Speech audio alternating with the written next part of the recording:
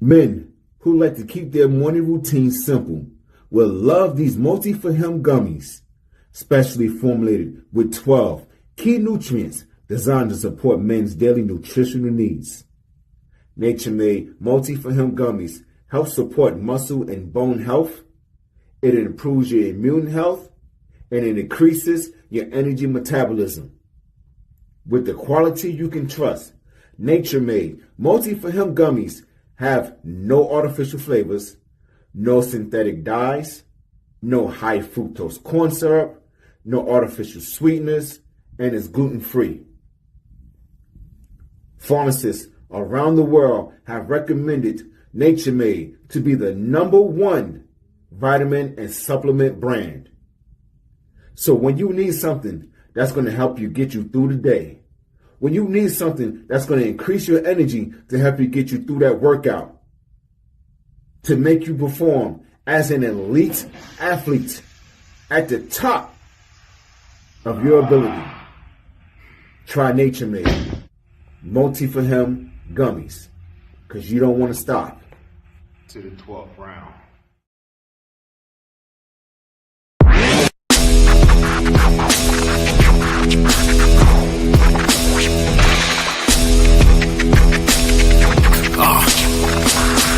Hey yo, welcome to the Terror Dome. You should be heading home, cause you could bring all of your ninjas and the Technodrome. I rip right through your flesh and bone and mental capacity. Flood your mind with atrocities and copious tragedies. This dark Sabbath is a lesson in street. The whole church of the ghetto feel the words when I preach. Amen. Let the Lord say a prayer for they don't end up in front of someone banging their trigger. Living life like a war pig. Fuck the law, I'm getting mine. Let the others figure what the cost is. Purchasing the fortress on gorgeous acres enormous. Car park full of foreigners and women just waiting on us. We living the dream. Y'all living like hell is earthbound. We are not the same. You've been a lame since birth, pal. I don't feel sorry. I recommend they go dirt bound. Doggy dog world and you've been looking like Chuck Brown.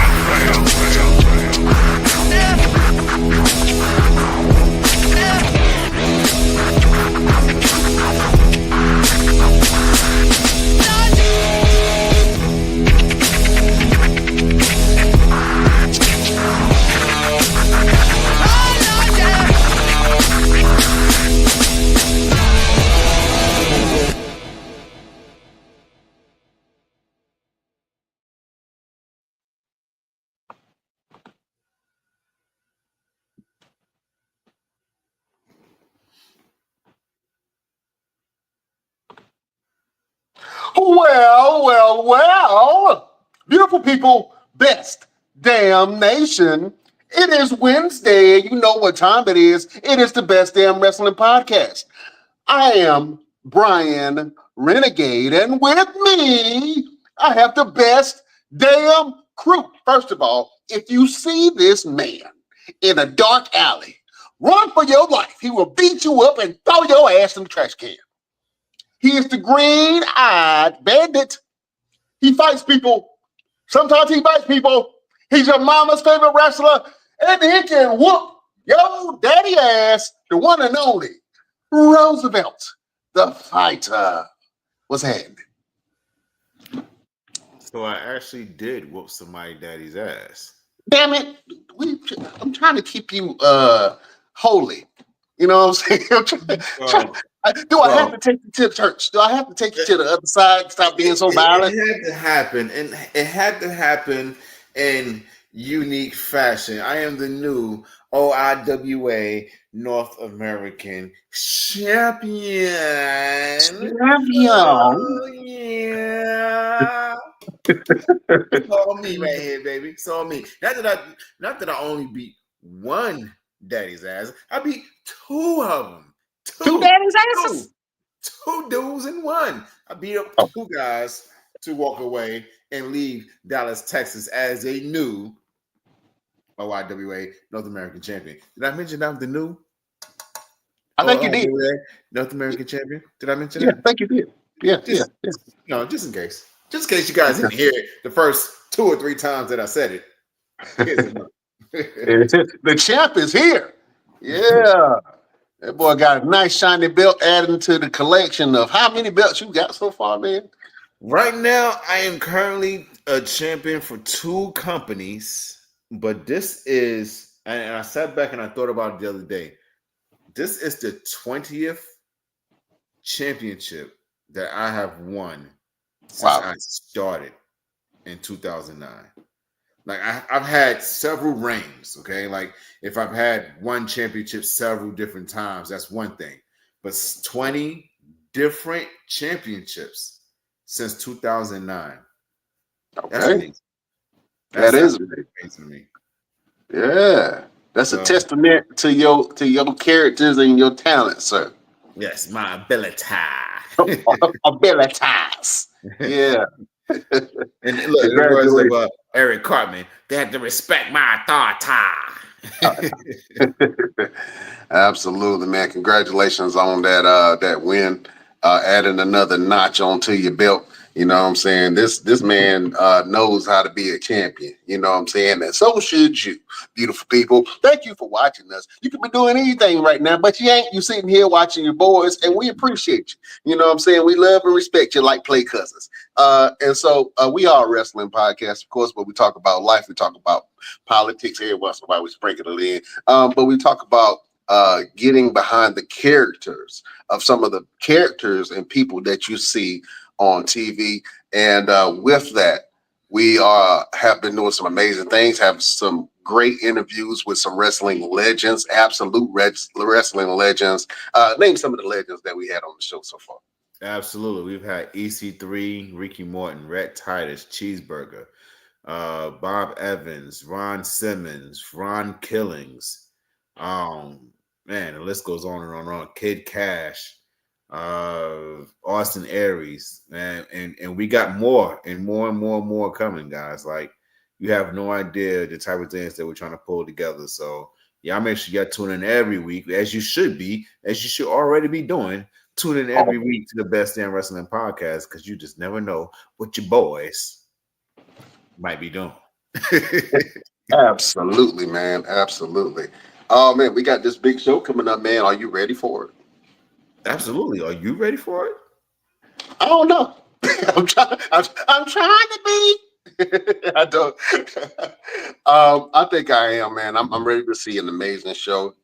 I think whenever you're putting on the event, you start thinking about all the business aspects and all the outside things and people coming and all that stuff.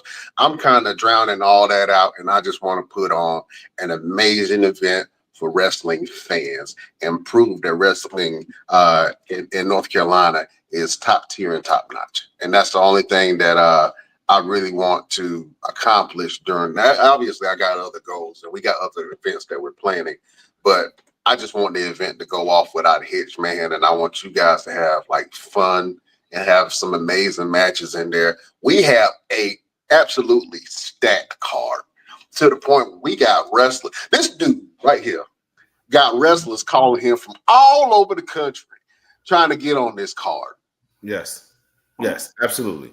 They're calling him from all over the country to try to get on our little Mall Mania card. Yes. We got people contacting us about the next one. That's how crazy it is. Like we've talked to someone that when I spoke to this gentleman and asking him about bringing on some other gentlemen that he currently manages, before I can get it out my mouth about what we were doing on this one, he was already prepared to get us some talent for the next one. Yeah. And we ain't just talk about no local jokers. We talking about some legends. with a big L. Legends. And Hall of Famers, okay? Hall of Famers. I know y'all let my breath through there. I just had some tacos. Hall of Famers. Yeah. So the next show is going to be great, but this Mall Mania show that we got on our April the 17th is going to be absolutely amazing. No, Brian. August the 17th. What I say? You said April. You ready? You ready for Vegas already, aren't you? I'm ready for Vegas already, but that's not here or there. I'm gonna zoom it back in. August 17th, Greensboro, Four Seasons Mall. The show starts at 2:30. The meet and greet starts at 12. Bring your ass and your family to the mall. That's all I'm saying. That's all. Yes. Listen. If you miss this event, we're gonna find you and we're gonna shame you. We're gonna walk around with a big ass tuba and just be playing the music while and singing shame the entire time, the whole day. We're gonna come to your job, okay, your workplace, and be like, "Hey, boss, shame this person. Shame. They did not come so shame on you. Yeah, shame. But Shaming people. They messaging us, asking us how did it go. You should have been there.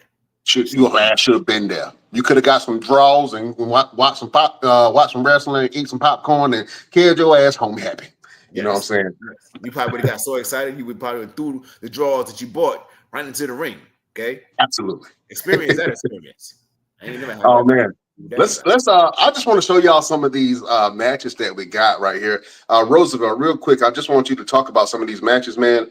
And what's your thoughts on them? One of the ones that we're super excited about is the main event. And I think I'm going to go to the main event first. It's going to be you versus Joe Black. Yes. This is going to be it's not even going to be a match. This is going to be a fight. This is going to be something that they're going to talk about for years and years and years. This match isn't about, wins, losses. This ain't about pride. This is about infamy. Infamy. Yeah. Okay. This is about us being infamous in what we do on August 17th. Joe is a really good brother, but on that day, all that goes out the window. He's going to hit me hard, and I'm going to return the favor. And in fact, I'm going to even raise the bar on how hard he hit me and hit him even twice as harder. Just to make him hit me 3 times as harder. And we're going to keep going back and forth until somebody gives up, and it won't be me. Because y'all ain't never known me to give up for anything. Ooh. Yeah. Oh, man. Them just big fighting words. Yeah. It's a big fight, brother. So I'm going to follow up with big fighting words to go right along with it. Oh, man. Speaking of big fights, man, we got a big house fight. You know what I'm saying? Big house boss fight to find out who's the boss house of the bigs in North Carolina, man. Talk about these gentlemen right here. Man, it's meat. Big meaty men slapping meat. That's what we want. Big meaty men slapping meat. Big meaty men slapping meat. We got Braden Marshall, we got DeAndre Jackson, we got Trayvon Ali. Man, listen, these guys, they big, they can hit hard, but they can move. They can move. You're gonna be surprised when you're like, oh wow, this guy hit a moonsault. Oh my gosh, he should not be that big and move that smooth. Yeah, these guys are going to be going at it. One of our co-main event matches that we got going on is with some wrestling royalty right here. Go ahead and talk about this match.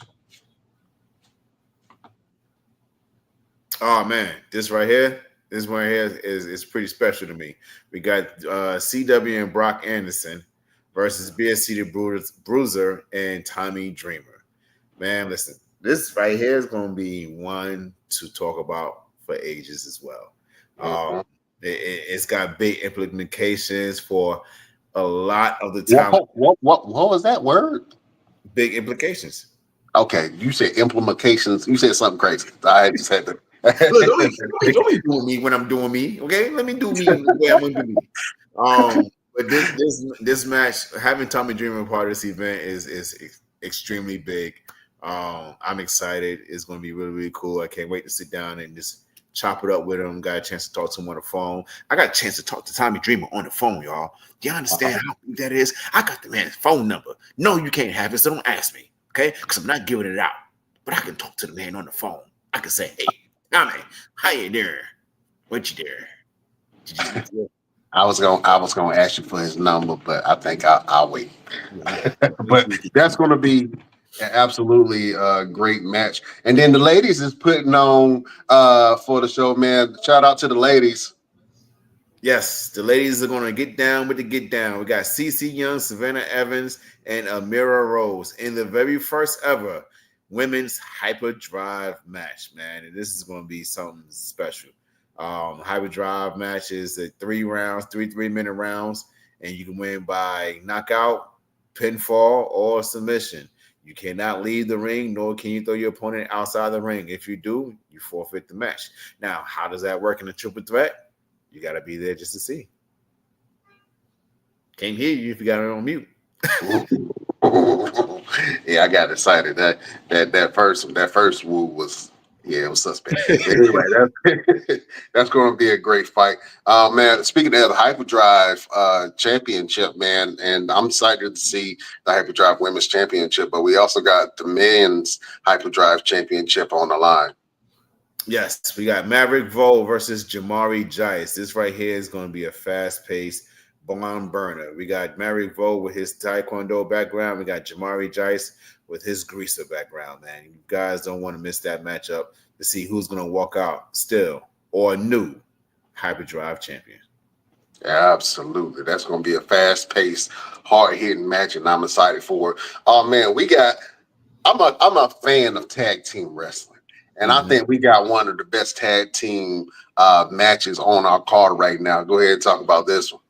Yeah, man. We got Pure Temptation versus XLG versus Brutality Inc. I've been in a ring with every last one of these individuals. Every person that's on this match, I've been in a ring with them one-on-one or in tag team competition. And, man, let me tell you, if you miss this, don't talk to me. Don't talk to me anymore. But the Mid-Atlantic Territory Wrestling Tag Team Championships are on the line as XLG are the tag team champions and hoping to walk out of Greensboro, North Carolina, still the MATW Tag Team Champions. Absolutely. Man, one time for the youngins on the card, man, and we have some great up-and-coming talent, man. Talk about this Fatal 4-Way. Absolutely. These like all of them like nephews to me, man. I've been in a ring with every last one of these guys. Golly, I've been in a ring with everybody else on this card.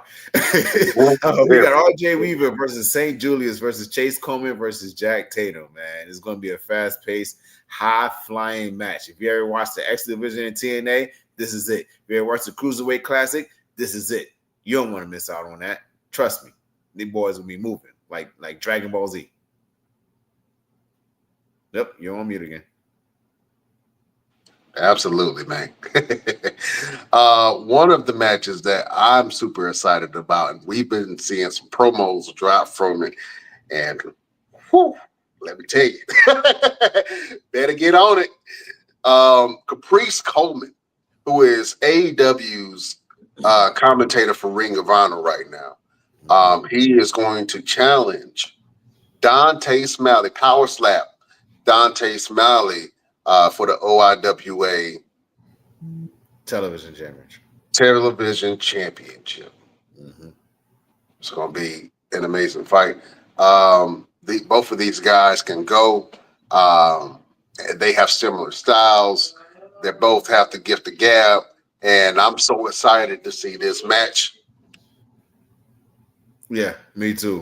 When I was actually in Texas this past weekend, I was talking to Dante, and I said, man, remember, we sat around, we joked about it. I said, man, I'm excited and I'm invested in this match because I want to see you guys get busy. And I reminded him of the time that we went to Germany last year, and I went and had my match before him. And when I walked out and I got done my match, and still, I was the the SOAR World Heavyweight Champion. I left with my championship, and I got to the back. And Dante looked at me. He said, man, I sat there and watched your match. And I looked at the opponent and I said, yo, you sure you ready? Because we got to follow that. That's how I feel now. I know how he felt then now. Because I'm like, damn, I got to feel him. Me and Joe got to follow Caprice and Dante. But I ain't even worried about it because I know me and Joe can get busy. But this match right here, Caprice and Dante. Well, listen, they had some words between them. Nationally. That match needs to be televised nationally. Yeah, it do. It really do. Both Dante and Caprice have some words towards each other. I'm gonna show you guys the latest promo videos that both of them put out. And it's juicy. You be in the video shucking and jiving and rhyming and doing all the things, and I respect that. You're somebody I respected for a long time. Matter of fact, a lot of people have compared you and I for a long time throughout my career because you've been in it way longer than I have. But let's up the ante a little bit. You know, you won Dante Smiley? You get him. But now, it's going to be for my OIWA television championship. Iceman! I'm telling you, real slick, bro. Try to slide a whole lot of stuff up in there. Shucking and jive, and that's cool, though, and all that stuff. Then you really hit it. I mean, I really feel disrespected, bro. I'm up there. I'm going to put the OIWA championship on the line against Caprice Coleman. See, that's what you're going to be thinking, bro. Like, for real. Like, you going to put OIWA in that situation? Think about that. Now, OIWA has attached Caprice Coleman fee onto that. They got to fly me over. They got to fly me back. They got to pay for my lodging. They got to pay for my transportation. They got to pay for my food and pay for my fee as well. You gonna put them in that situation? What's gonna happen if Caprice Coleman don't go down, son? What's gonna happen? You gonna put that in there? Mr. Apex? I'm the Apex. Who called you the Apex? Legit. Like who called you Apex for real? Ain't nobody call you that, bro. You name yourself that. Where I go, Caprice Coleman. He's ageless. Caprice Coleman. He ageless. My God, he looked the same way he did 20 years ago. He's ageless. It's a difference, bro. It's a whole nother level, man. You gonna put a company on the line like that, bro? Better think about what you're saying, man. I have a rookie body, I have a veteran mind, and a silver tongue. That's why they call me the ageless one. I'm gonna put the OIWF championship on the line. That's cool. I'll see you soon. Maulamania. Caprice Coleman don't go down. Shut up!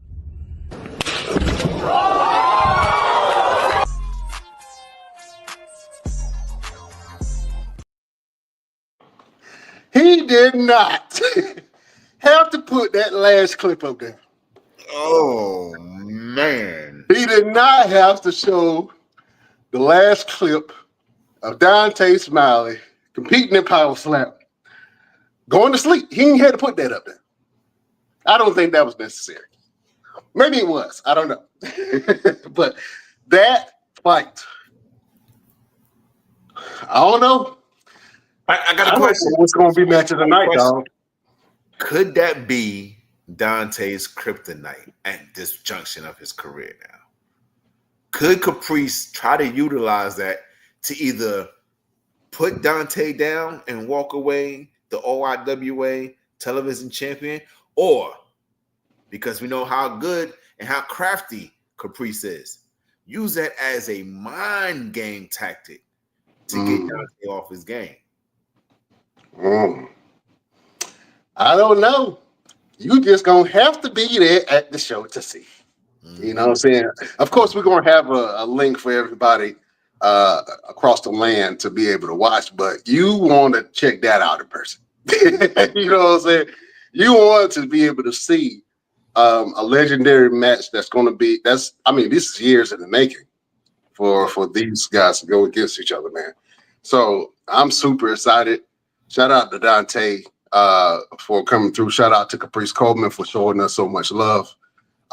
Shout out to Beer City Bruiser for being on the show and also being on the podcast. Shout out to Tommy Dreamer for taking time out of his schedule to come down here and wrestle and show us some love and, you know, kind of mentor the young folks that's coming up.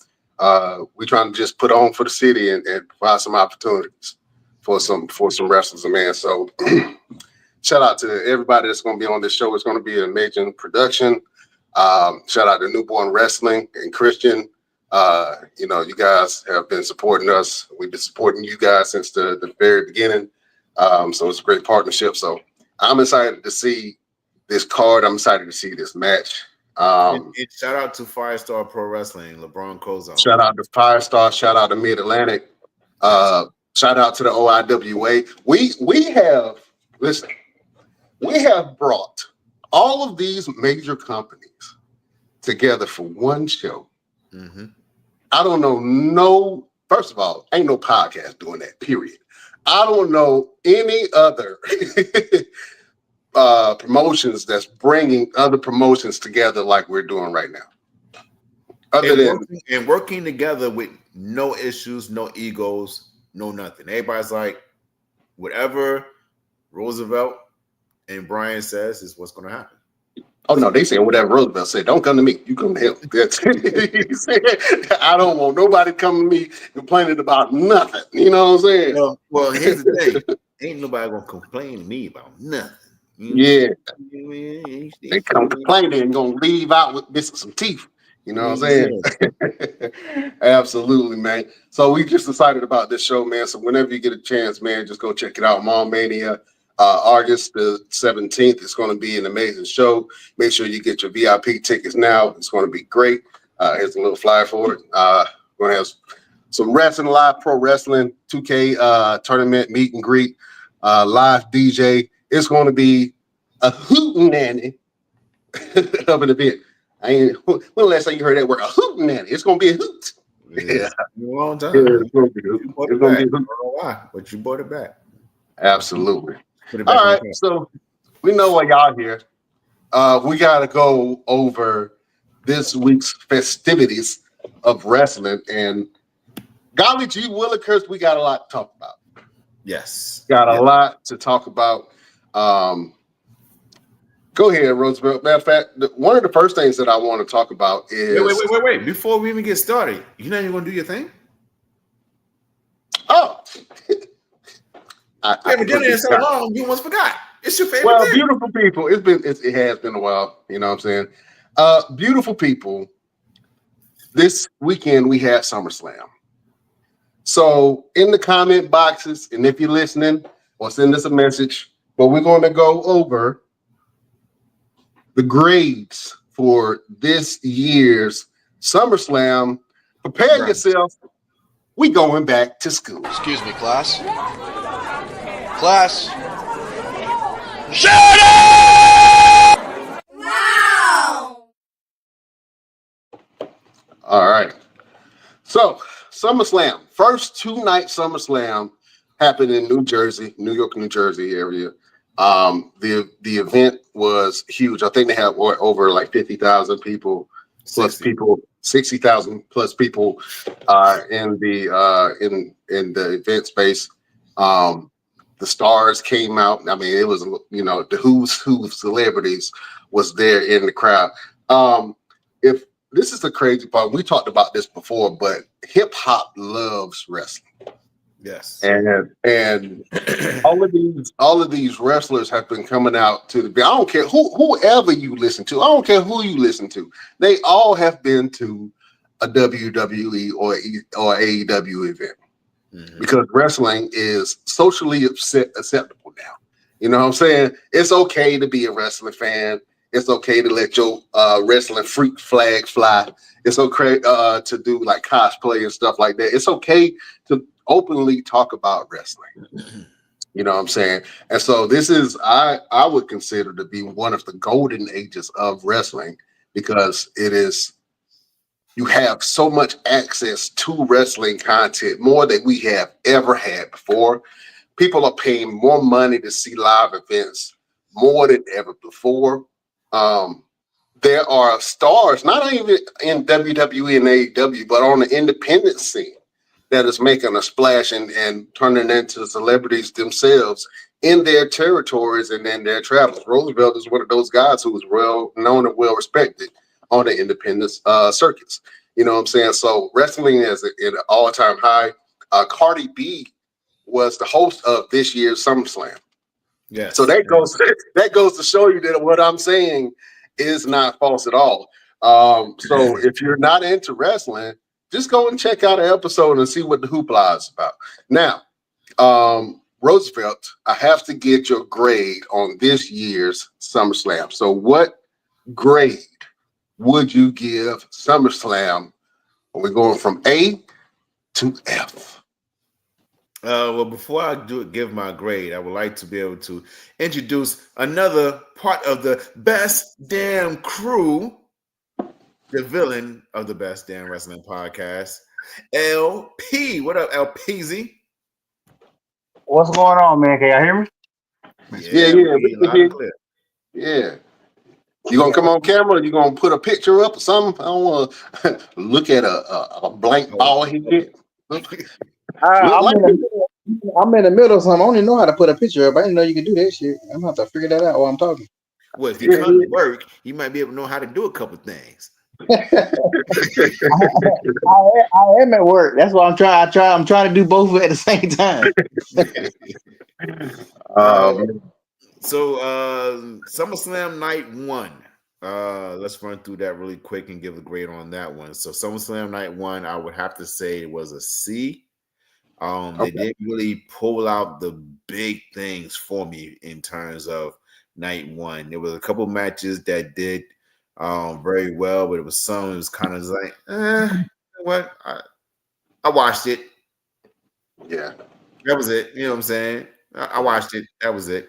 And I gave it a high C only because of a couple of things that happened that no one was expecting at all. And we'll get to that later. But night 1 would be a C for me.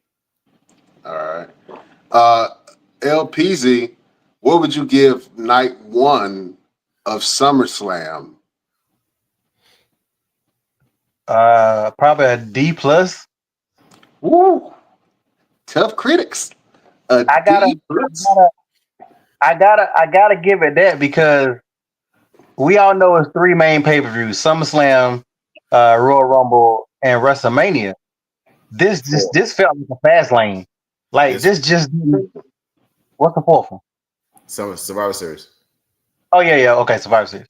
So, but this didn't feel like SummerSlam, and then this is the first time y'all want to make it a 2-night, and I just really felt like they didn't. I don't think they did nothing to impress nobody except for they had one shocking moment on each night, and the rest of it was really not even that much to talk about. Yeah, I think I gotta agree with you, fellas, man. I think the first night was about a C. I caught myself kind of drifting in a lot of these matches. It was hard for them to keep my interest. You know what I'm saying? To the point that I'm trying to remember night 1 fondly of like matches that really stood out on the top of my head, and I can't really think. I can't really think of one that's up for the Gunther and CM Punk fight. The only reason why I even liked that fight was because of the end of the match. You know what I'm saying? When they were wrestling, I couldn't get into it. I don't know what it was. I don't know if the chemistry wasn't. It definitely chemistry. I don't know what it just seemed. It just seemed like it was off, and I really don't. I was sitting there staring at TV, but I wasn't watching it for some reason. So until that cash in, and I'm like, oh my God. But yeah, I think that cash in definitely saved night 1. Yeah. Go over the matches real quick. So we had an opening match was Roman Reigns and Jey Uso versus Braun Breaker and Bronson Reed. This match did have a lot of hard-hitting spots. But I don't know what they're gonna do for now from there. You know, you had Roman Reigns and Jey Uso beat Bronson Reed and Braun Breaker. What happens now? You know what I'm saying? Like, I don't know where they go from there. Roman Reigns and Jey Uso is on Raw, so they're not even involved in the bloodline anymore in any capacity. And you got Braun Breaker and Bronson Reed that's aligned with Seth Rollins, and then they lost. So where do they go from there? The biggest thing of the Bronson Reed and Braun Breaker thing is Bronson Reed becoming the tribal thief and keep stealing that man's sneakers, man. Let's talk about it. First of all, I don't know, fans, I don't know where you all are from. But I think that me, LP, and Roosevelt are from areas where if somebody violates you and steals your sneakers, not once, but twice, somebody got to die. Somebody get beat up, you got to get it back in blood. I have never seen anybody get their shoes taken. Like, have you ever seen somebody get beat up and somebody get their shoes taken? Right. That is like the ultimate disrespect. And especially you got some fresh J's on, they won't even his size. Roman wears size 16. They won't even his size. Mm-hmm. Mm-hmm. So the fact that this man beat Roman Reigns up and violated him by taking his sneakers, not once, but twice. Yeah. Roman, you got to get it back in blood. You can't show your face as the tribal chief. You keep getting your damn shoes took. Let me break it down for those who don't understand. When you live in a certain area, I grew up in Brooklyn, in Brownsville, which is very, very project. Okay, it's a real projects. It's not even a hood. Hood is like, you know, you got a couple of houses. We got apartment buildings. Okay, we had to walk over a little. There's some things going on in our neighborhood, in my projects, that you just don't want to be involved with. But when you get your shoes taken from you, first of all, the person that took the shoes was watching. They wanted those for a while. They was like, yo, I'm gonna get them sneakers. And they came and asked me about them at one point in time. I feel like Bronson Reed was like, hey man, where'd you get those sneakers from? Oh, I got them from, These are my day. Oh, my mama get them for me. You know what I'm saying? This is my school shoes. Okay, what size are them?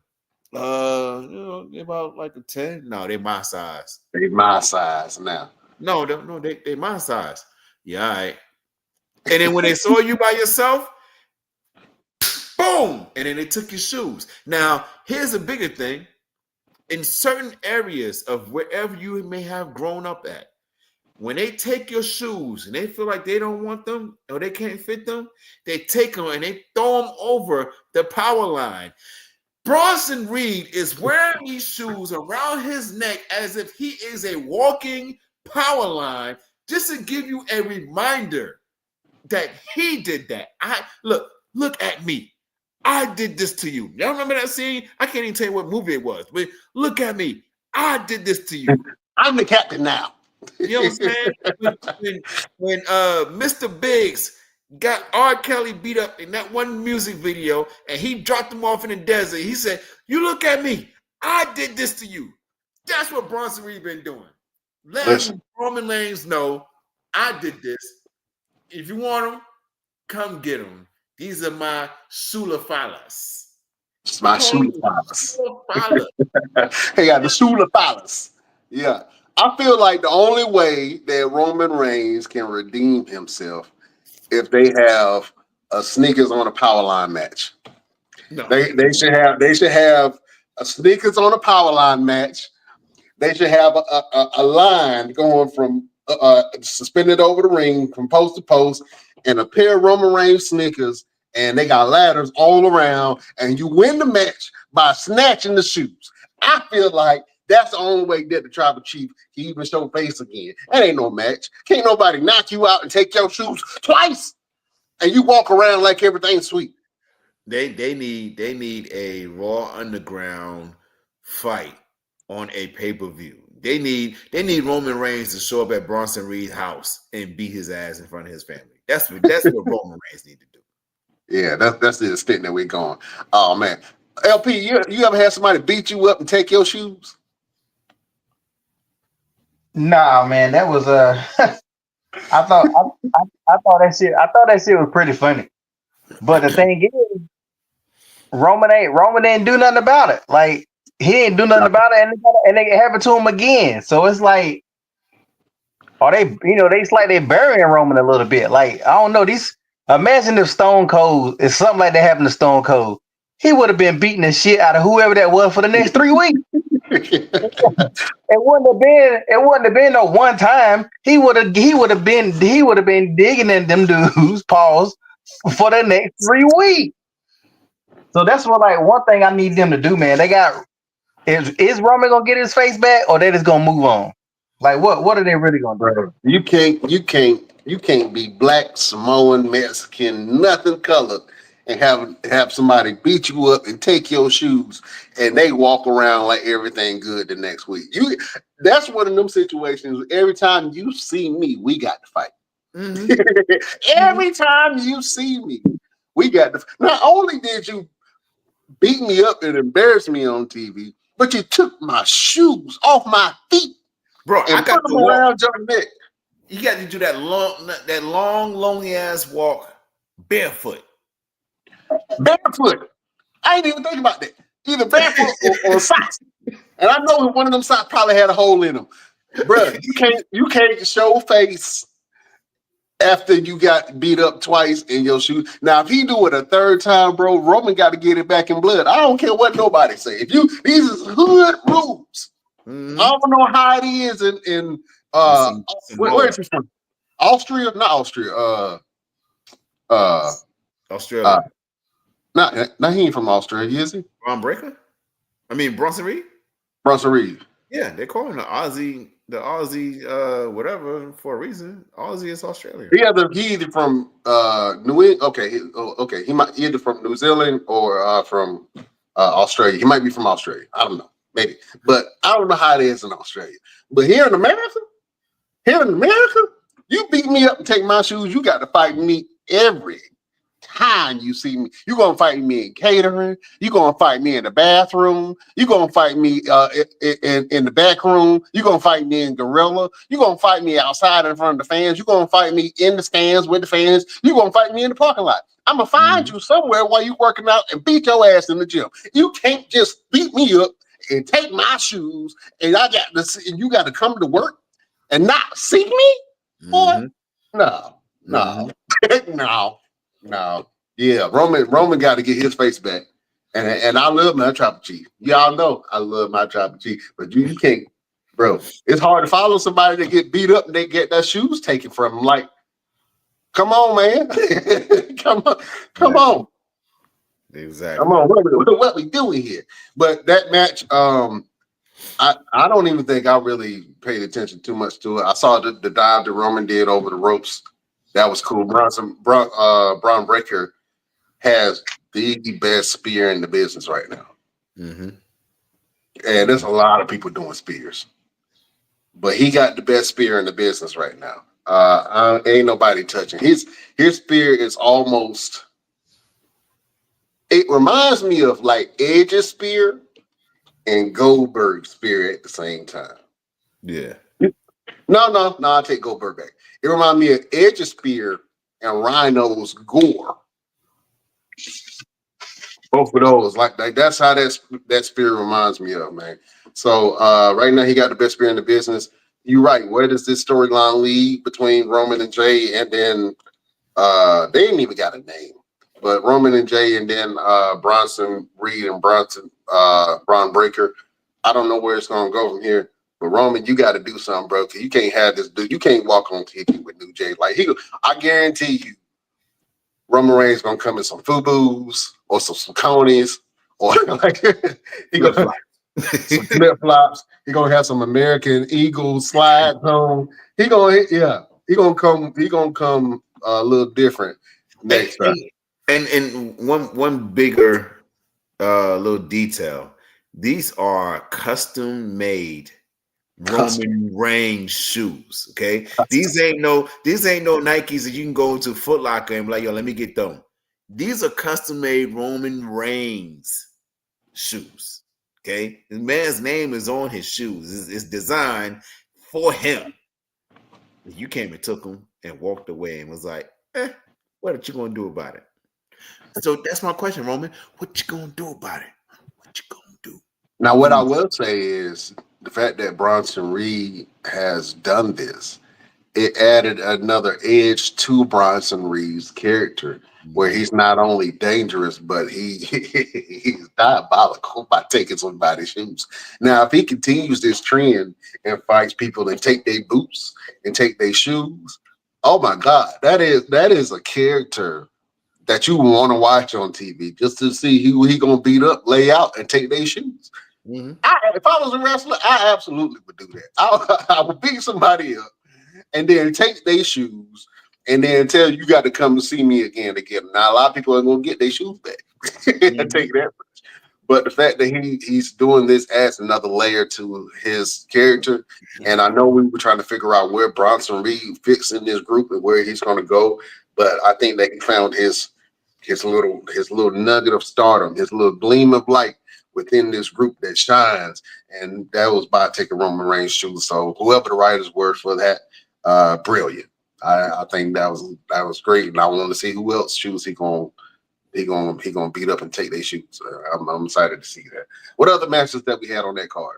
for night one. The match following that was Alexa Bliss and Charlotte Flair against Raquel Rodriguez and Roxanne Perez. Yeah. That match was okay. Yeah. It was okay. I like that the fact that Charlotte Flair and Alexa Bliss won the titles. They have this interesting dynamic going on where they're friends and not friends, but they're frenemies because they've known each other for years. And the fact that they are number one, when they came back, they were in the place of limbo, both of them, of where do I fit, what storylines are going on, where can I make the most impact. They had the Evolution event, which I think was great. And then Charlotte was getting a chance of, thank you, Charlotte, you deserve it, all that stuff. And it kind of made her feel good because I know that she felt lost in the whole scheme of things because she wasn't fighting for a title at the time. She didn't have no storylines going on. She just came off a loss to Tiffany Stratton at WrestleMania. So she was kind of floating in that abyss of where do I go from here? And so her and Alexa Bliss, they look good together. I think that they can have a really great dynamic. And they are a formidable tag team in the tag team division. I hope that they are able to elevate the belts.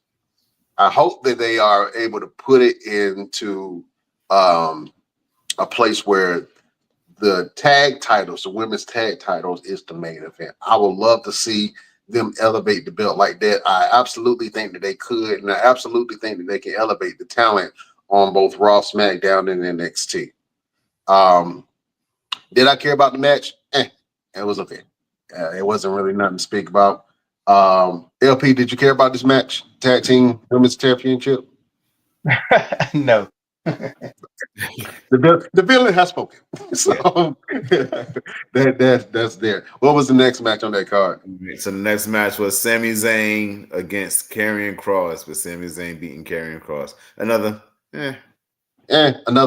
I like how Karrion Kross, the fans are getting behind him. First of all, I was never a Karrion Kross fan. I did not like Karrion Kross in NXT. I didn't like Karrion Kross when they had him come as a gladiator onto main roster. I didn't like Karrion Kross when he had the group, the Final Testament. They were doing nothing. And they were trying to put Kross over, but the fans were not attaching to it. But then when he was able to show his other side, his acting side, his funny side, all of these other sides that not a lot of people knew that he had, it brought some depth to his character to where the fans started gravitating towards Karrion Kross and they started chanting, "We want Kross, we want Kross." And it started from a promo that he had. Promos, people underestimate promos. Promos can really get you over, especially in the wrestling world, if you cut the right one. You know what I'm saying? And so that promo that Karrion Kross cut opened up the gates for him to be able to be himself and to actually be a menace. Now, would the WWE use him the right way? I don't know. Maybe. Maybe not. We'll see. But I like Karrion Kross's character now. And I've never liked Karrion Kross. So I do want to see what they do with him. Go ahead, Pete. I want to call out the fans. Get the fuck out of here with this. We want Karrion Kross. Karrion Kross is a jobber. Stop it. All of us. Karrion Kross. I used to see people get fired all the time. And Karrion Kross is one of them guys you like, how the hell he still got a job? They have given Karrion Kross chance after chance. He had a thing with Rey Mysterio. He had all these chances and he could not get over. He does wrong promo and now all of a sudden the fans talking about we want Kross. He's not that good in the ring. He's just okay. What is his finishing move? I don't even know his fucking finishing move. Like it's like a reverse F5. Yeah, so I just hate when the fans try to like they know they don't want Karrion Kross. Like y'all should have been pushing Elias when Elias was there. Like that was somebody who really should have been pushed, or push Montez forward, or push these people who are not really doing nothing. Karrion Kross has had plenty of time to get the fans over. And if they were to let Karrion Kross, let's say they want to push Karrion Kross, you think he can be fighting for the belt and become a champion? He's just like Cesaro. Like, you remember that one time they were pushing Cesaro so much? The fans all of a sudden wanted Cesaro. It's like, shut the fuck up, fans. Y'all do not want no damn Karrion Kross. This guy needs to get fired. His contract is about to be up, so now everybody's talking about his contract about to be up. Is he gonna go to AEW, or what he's gonna do? Blah blah blah. He's a mid Carter. He's not that guy. So stop it. Yeah, I can agree with you that they gave Karrion Kross every opportunity under the sun, other than like a major title match. I mean, they put his wife with him. They put him in a group. They gave him a major push. He was cruiserweight champion at one point, which made no sense to me. And then they retired the belt after he left. I still remember that epic face-off that he had with Adam Cole. Well, Adam Cole was like, "Hey man, they gave you all these tools to be successful and be cool. You know what I got to do? I got to just show up in this ring. And that's it." You know what I'm saying? So he cooked them with their promo. Obviously, I'm paraphrasing, but they have given Karrion Kross a lot of leeway as far as being on the product and giving him opportunities after opportunities. Some opportunities that a lot of wrestlers who are mainstays on the product who have been outperforming a lot of other wrestlers haven't even given. Right. Haven't even given. Yeah. Exactly. Right. But I mean, we don't know. Like I say, I like this Karrion Kross. I don't know what they're gonna do with him.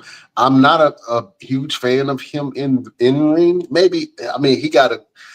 I think that him and LA Knight is in the same boat for me, where they've been given a lot of opportunities. They have some pop behind them. Obviously, LA Knight is a lot more popular than Karrion Kross, but once LA Knight get in the ring, I turn off. I don't know. I don't like watching him wrestle. And you remember when he first started, I was a huge LA Knight fan.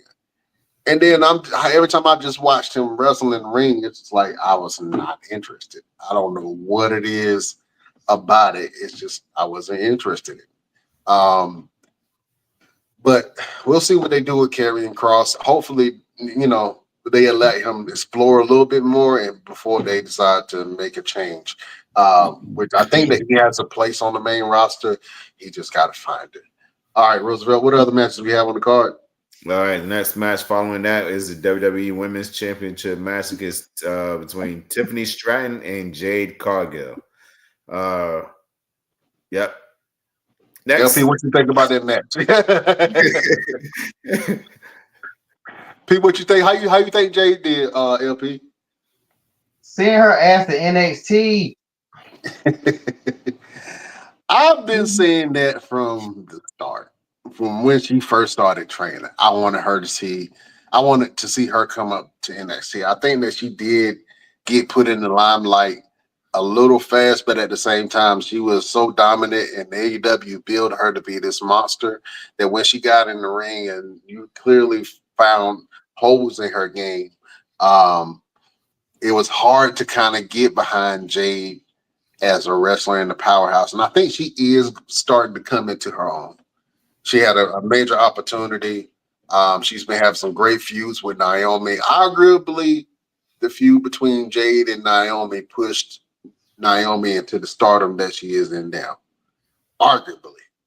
But I want to see Jade do more. I absolutely think that Jade should go down to NXT and run shop through NXT, become NXT Women's Champion, get some development, get some more training, and then come back to main roster, an absolute animal.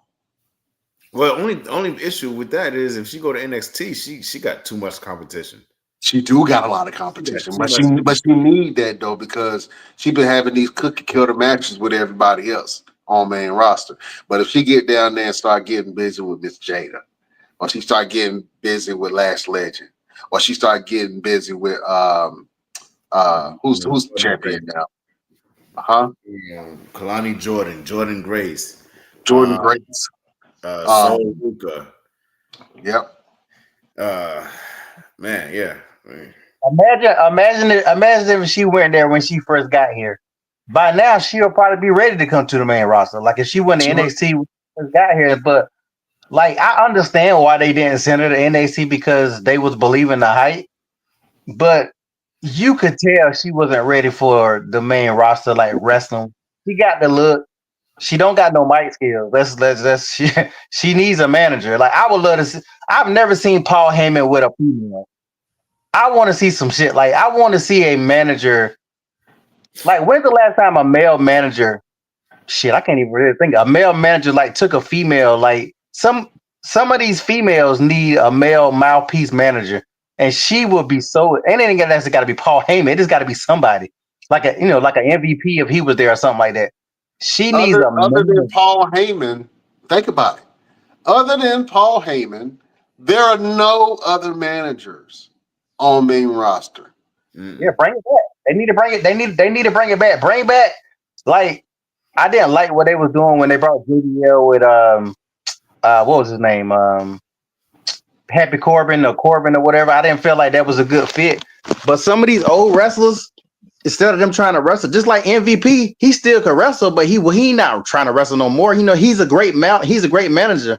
Like bring back maybe a legend and put with her. I don't know what legend it could be, but who do you think that they can put with Jade that would elevate Jade? And it can be any manager from the past, any manager in WWF, any manager in WCW, or any current manager now. Who do you think, other than Paul Heyman, that would be a great manager for Jade? And I'm talking about fantasy booking.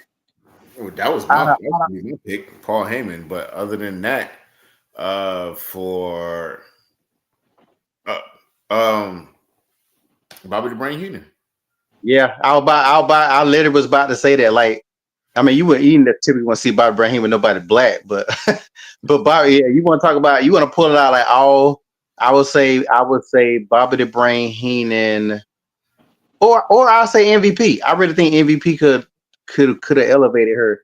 Like he really was elevating almost or whatever his damn name is. But like they they fumbled the ball on that. But yeah, I think yeah. I'm about to say Ted Long, but not. I'm about to say Ted Long. Teddy Long would be a great manager for Jade. Mm-hmm. He could bring back the 10-minute white boy challenge, the white boy that he was doing with what was his name? Mac. I don't know. He had this black. I don't even remember his name. He had this black dude. It was Anthony Mack because he was the guy who was married to Jazz. Yeah. Oh yeah. I mean, hell, bring Jazz, because people might not forget, Jazz didn't cut a lot of promos, but she wasn't bad cutting promos. A female like Jazz who used to be dominant like that, she could be, you know what I'm saying, something like that might could work.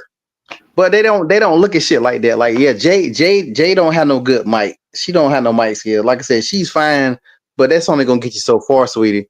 Like, you know what I'm saying? Like, that could be a good pick for too. Who that? Jacqueline. Yeah, like somebody. Yeah, bring somebody back like that from the past and see what they can do. But they're not gonna do that because I don't know if it's her or them or whatever. But I think people are scared to talk about what they need to do, and she just not it by herself. Yeah. They put her with Bianca. You know, her with Bianca did help her out some. But you know, but it helped her out a lot. Bianca was handling all the manpower. She was doing everything. And if you don't know the wrestling world and if you don't watch the matches, you couldn't really tell. You would think that they were just tag team champions. But Bianca was doing a lot of the heavy lifting. Bianca was doing a lot of the empowering. Bianca was a huge part in that storyline between Jade and Naomi. So really, the credit should go to Bianca for really pushing that feud and pushing that whole storyline forward, and even getting Jay prepared for the match that she just had at SummerSlam. You know what I'm saying? I absolutely believe that Bianca had a hand in that. Now, obviously, Jay can say, "Hey, I worked hard. I got myself here." Yeah, I mean, you did, but at the same time, I think that Jay Cargill will be better in NXT for a couple of months, wrestle the girls down there, perform at a high level in training for at the center. What do you call it? The performance center. Yeah. And then come back and just like straight demolish everybody. I would give her 6 months on NXT to have her elevate, train, push the brand forward. I think that if she was the champion, then a lot more eyeballs would be on NXT. And then bring her main roster maybe at Royal Rumble, right in time for Mania, leading up to Mania. So I think that's what they're doing with Nia Jax right now because she's down at NXT. yeah, but Nia Jax is that it's the one. Like Nia can really push, intimidate. I think that Jade should be in the position that Nia is. Nia is absolutely dominant. Nia should still be on main roster fighting. I like her going down to NXT. It gives the girls something to aspire to, and Nia is a real threat. Not no play theory. Nia is legit a real threat. So I think that they should have put Jade in that spot instead of Nia Jax. But maybe they didn't have anything for Nia to do, so that's probably why they put her in that position. But I want to see Jade elevated. It's just only a matter of time before she really gets going with everything. All right, what was next match on that card? Next match was a celebrity stunt. I'm just going to put it simple and plain. It was a celebrity stunt.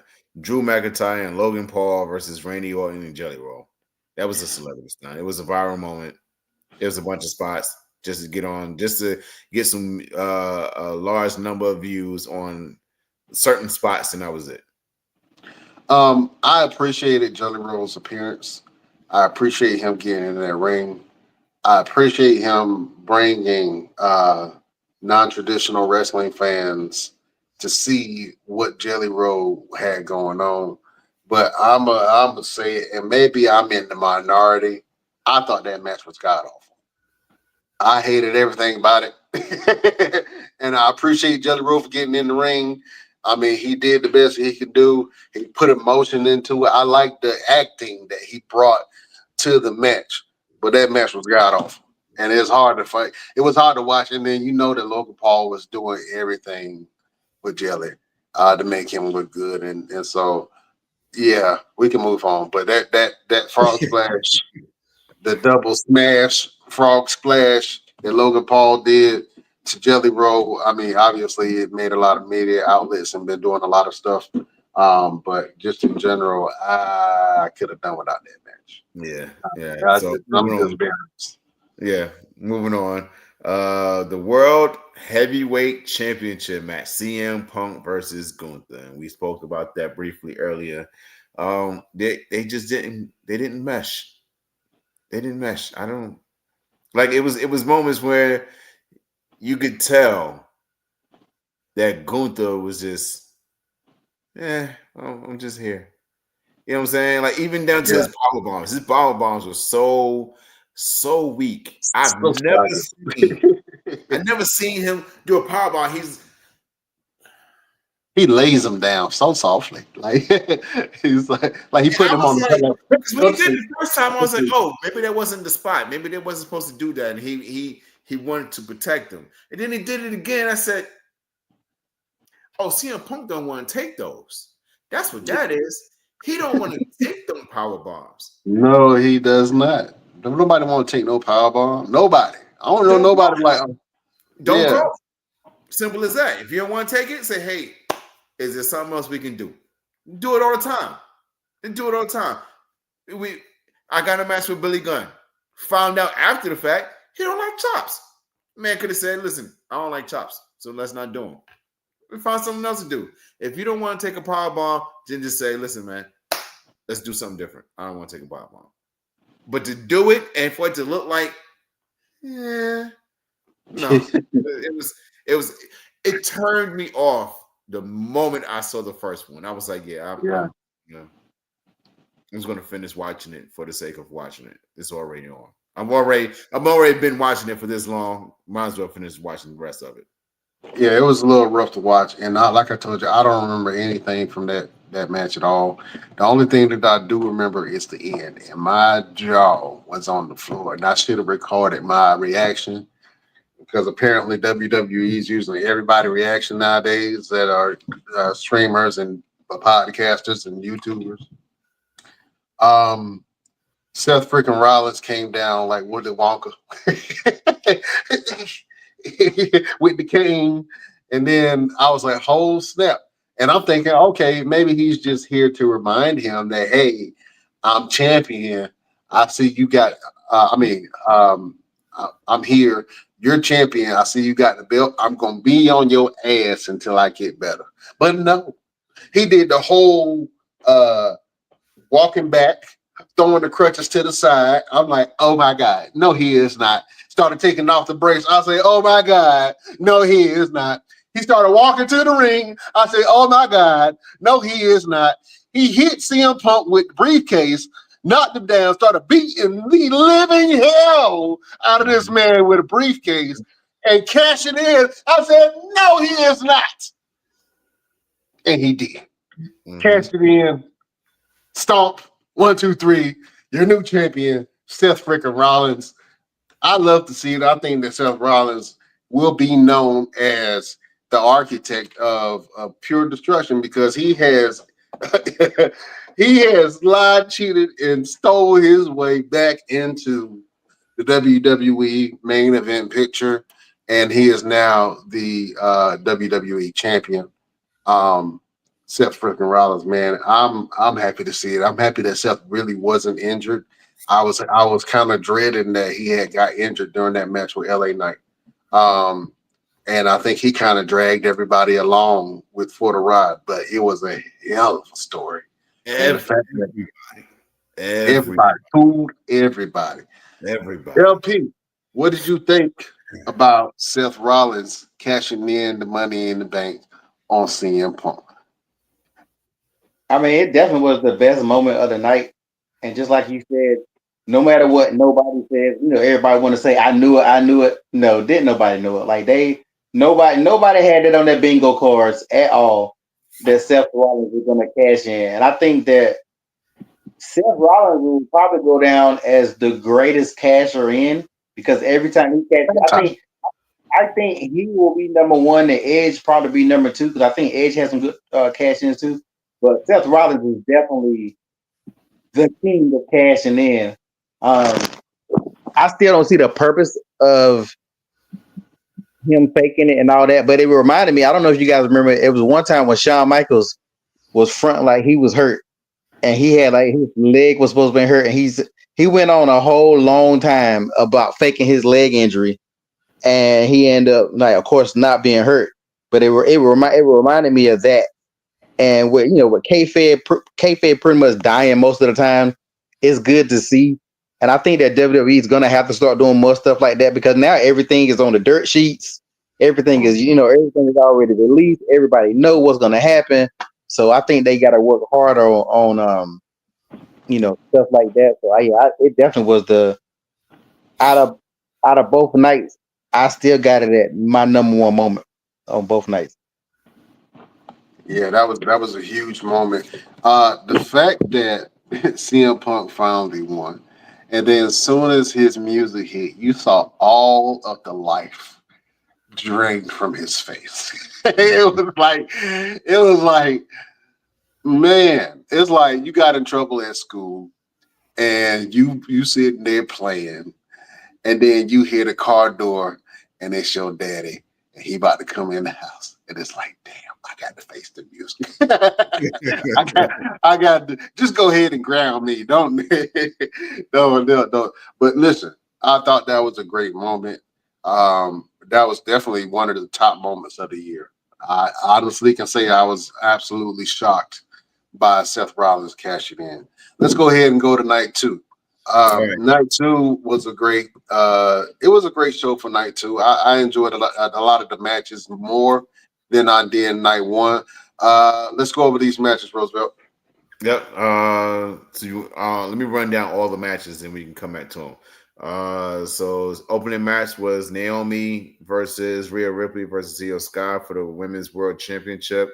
The second match following that was the WWE Tag Team Title 6-pack TLC match with the YS6, Street Profits, Motor City Machine Guns, DIY, Fraxium, and Andrade and Ray Phoenix. Third match behind that was the Women's Intercontinental Championship. No disqualification match between Becky Lynch and Lyra Valkyria. Then following that was the United States Championship match. The cage match between Solo Sikoa and Jacob Fatu. Then we had the Intercontinental Championship match between Dominic Mysterio and AJ Styles. And then we ended the night with the undisputed WWE Championship street fight between Cody Rhodes and a babyface John Cena. I thought that all the matches for night 2 were great matches. Yeah. It was a lot better than night 1. Like I said, I found night 1 a lot of distractions, and I couldn't really get into a lot of the matches. But night 2, the match between the women, Naomi, Io Sky, and Rhea Ripley tore the house down. Naomi was so dominant in that match. It was crazy. Dominant. Yeah, I think a lot of people forget that she can really go. I think a lot of people forget that she is a top talent. A lot of people forget who she was trained by. A lot of people forget that she is by blood in the bloodline. Well, not by blood, but by marriage inside the bloodline. Naomi is probably she probably will go down as one of the greatest women's champions, especially if she has a great run. Because she's what, 2-3 times? This is her third time, right? Yeah, third time winning a women's championship belt. With WWE, 2 times with SmackDown women's title, and then 1 time with the Raw women's title. So she's a 3-time women's champion, 1-time tag team champion. I mean, she has a decorated career already, and she's been in the business for some time. She put on an absolutely great match, and her promos as of late have been chef's kiss. Her promos as of late have been funny with her mispronouncing Laura Valkyria, Stephanie Valkyria. She's been calling her Stephanie Velcro and Stephanie Valkyria. She's been messing up her name so bad. But just the fan reaction that Naomi is getting, the push that Naomi is getting, the creativity that she has, because I knew when she moved over to that whole caution character, I'm like, how much diversity can she really put in her characters? But her outfits are different every week. Mm-hmm. And the fans are gravitating towards her. And this is some of the best heel work that I've seen from her in a very, very, very long time. So shout out to Naomi. She absolutely did a great job during that match. LP, did you like that match? Oh yeah, I like that. And I recently found out that was her dad that played her out there. He used to be in, I think, Kool in the Gang or something like that. He played for a lot of different bands. Kool in the Game being one of them, and a couple of other ones. And I thought that first of all, that was a great moment for her to come out and to be able to give her father that platform. Her father has been performing pretty much everywhere with everybody. And so he has a career, a legendary career himself. But for him to come out and play his daughter out, and for them to have that moment, that jam session together, and where he was able to celebrate his daughter and she was able to celebrate her dad, and then them announcing that, hey, that's her father that's playing her to the ring. I haven't seen too many moments where I got legit, was into it, choked up.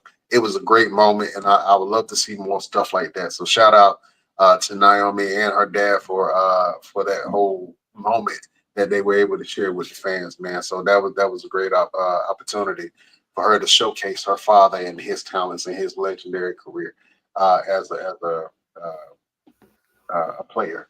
You know what I'm saying? Music player. They gotta get back to the entrances. Like, this was SummerSlam. That was probably the only entrance that really stood out. Like, even Mania didn't have a lot of good entrances no more. You take away the pyro, like most of these guys just now, they just walk out, and then that's it. Like, they got to get back to the glitz and the glamour of the showmanship of what wrestling is, man. Like, think about it. Who else had a good entrance? Like, she did that. She just really, Cody, I think Rhea had a great entrance too. She And started Cody off the Rhodes. show. Cody Rhodes had all the pyro, all the pyro. I think the Motor City Machine Guns had a good one because they got all the damn pyro. Huh? I think, to my understanding, I think the talent pays for the pyro. Do they? Yes, I think if you want it, you have to pay for it. That's ridiculous. That's ridiculous. Don't even. As far as I can remember, I don't think that Ray and Penta is paying 25% of their check to have the pyro up and running because they have both been given pyro, and that's a lot of people that I've seen where I absolutely wanted them to have pyro and they didn't. You know what I'm saying? So I don't know what the prerequisites for having pyro is, but I think that a lot of people have too much damn pyro. Cody got too much damn pyro. Penta got too much pyro. Ray Phoenix got way too much pyro. Get some of that pyro. At least I'll be mad as hell if Ray Phoenix got 3-4 pyros. I can't even get one. I can't get no smoke. I can't get no smoke. Yeah, even I remember going to Raw and I had these seats that was like near the side, and Booker T came out. This is when Booker T had you felt that heat from way where I was at. Like moments like that you remember. Even when Goldberg didn't have pyro, Goldberg had little pyro, but them sparks. That was the main thing that you remember. You know what I'm saying? Like bring back entrances, man. It didn't even got to be pyro. It could just be. I don't know what it could be. Rey Mysterio just jump out of the floor. I mean, the brood used to just come up with the little fire around it. You know what I'm saying? Like they I think WWE really is losing themselves when it comes to what made us love wrestling is not what's going on now. Like these fans nowadays don't have no idea, and they make us sound like the old men. Oh, I remember when they had this and that. But it's because these new fans, they don't have no idea what storylines were, or how you supposed to react. How Cody Rhodes just looks like an idiot to me by the stuff that he allows people to do to him, and he still be looking. I just knew John Cena was gonna get him again. Like he deserved that shit because he's stupid. So yeah, they got to get. Well, real quick, just to touch on the entrances, the ones that really had entrances during SummerSlam, especially for night 2, was Naomi, Rhea Ripley. The Wyatt Six would always have some type of entrance. And AJ Styles came out with the homage to Eddie Guerrero. That was and Cody Rhodes' entrance. His music started with his father giving a quote that he gave to his brother Dustin Rhodes. That was given when he was preparing for a match years and years and years and decades ago. But AJ Styles, listen, bro, I lost my mind when he came out in that low rider. I was like, yo, look at that beautiful car. I was free. I'm not even part of the low rider culture. I appreciate cars for what it was, but man, when he came out in that thing, I was like, yo, look at that beauty. And I don't know if that was his son beside him. I think it was his son. Was his son. Yeah, so that was a great moment too. Did you catch the full package of that? Did you guys catch the full package? I don't think you guys caught it. So the full package of that was the same wrestling gear that Rey Mysterio wore when he fought against Eddie Guerrero. It was the same situation where they was fighting over the custody for Dominic. AJ Styles came out in the same styled car as Eddie Guerrero came out in, or Rey Mysterio came out in. And AJ Styles had his son riding with him like Rey Mysterio did. And at the time, Dominic had blonde hair. AJ Styles' son had blonde hair. It was so many things in that little package. It was like, if you don't see all of this right now and how he's trying to play this mind game on Dominic, I don't. And I want to punch Dominic in the face. I want to punch him in the face because he didn't really sell it like he should have. Like he could have really sold the fact that that is like a blast from the past for me. Like this whole thing was what I went through. Like he could have really sold that, and he didn't. And they didn't even bring it up at Monday Night Raw, which was another ball drop because you could get so much mileage out of that to say, yo, this dude really tried to get in my head with all this that he did. And no, I digress. Yeah, I think the match was okay. But the entrance and the symbolism and the storytelling, the full circle moments, I thought that was what made that match great. And you know, I want to see more between Dominic and AJ. I want to see AJ get another belt before he leaves WWE or decide to retire. You know what I'm saying? So that's my thing. All right, moving on. Let's talk about the tag team six-pack challenge, the TLC match. Phenomenal. Probably one of the best hits on that one. One of the best ladder matches that I've seen. One of the best. One of the better ones. I ain't gonna say one of the best. One of the better ones. I think they hit on all cylinders. I think that everybody laid it on the line. It was some great moments and also some nostalgia moments, you know what I'm saying? Where the Dudley Boys were given a nod, Edge and Christian were given a nod, the Hardy Boys were given a nod during that match, and then obviously the Wyatt Six came out on top. LP.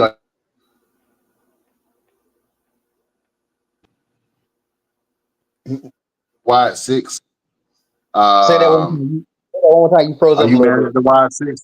Are you mad at the Wyatt Six taking the championship belts? There ain't nobody except for the Wyatt Six parents that wanted the Wyatt Six to win that match. Nobody gives a damn about the Wyatt Six. Can we please? Can this shit go somewhere? Like why? Like I'm so sick of the Wyatt Six. They didn't deserve that. They don't deserve to be champions. They just need to. They tried this thing. You gave it a shot. It's time to give it up, bro. Bo Dallas, you're not that guy. You're not that guy. So yeah, that match. There are reports of Angelo Dawkins ended up with an injury. Where him and Ray Phoenix did or maybe it was Axiom. They did the Spanish Fly, and as they were going through the table, Dawkins' leg around his calf muscle was slammed on top of the barricade, and you could see the despair in his face. Like he was like, "Oh, damn it! I feel it, and I know it's bad. I know it's bad." And in fact, you didn't even see him get up again. I think Candice LeRae may have gotten an injury. She took a really, really heavy spill through that daggone ladder. And listen, the fact that she took that big spill off the top of the ladder for her husband and her husband's best friend, and her husband looked at her ass and kept on wrestling. He didn't go and help her. He didn't say, "Baby, are you okay?" He ain't check on his wife at all. He just looked at her like, "Yeah, we got big more finish. we got some more match left." He just kept on wrestling. Like, dog, you ain't even gonna check on your lady, bro. She just like he had to be mad at her the night before. That bitch ain't washed dishes. It's got all them dishes in the sink. He was mad about something. He saw her go through the ladder. He was like, "All right, let's go on fighting." I'm like, "Bro, you ain't gonna check on your lady, bro?" She went through the ladder straight to the ground. But he didn't care. He just said, "Johnny wrestling." That's what it is. You know what I'm saying? But I thought that match was phenomenal. I thought that they put on a great match. I think it was a lot of storytelling and nods to the ladder matches or the TLC matches of old. I thought it was great, man. Great match all the way around. I would probably give that match probably not match of the night for me. For that night, I thought it was great. Let's move on to the next one. All right. We have Becky Lynch and Laura Valkyria for the Intercontinental Championship for the women's and a no DQ match. That match was horrible. Move on. I don't care. I'm tired. Like, they're pissing me off with the U.S. and the international Intercontinental women's titles. They're doing nothing with them. They are doing.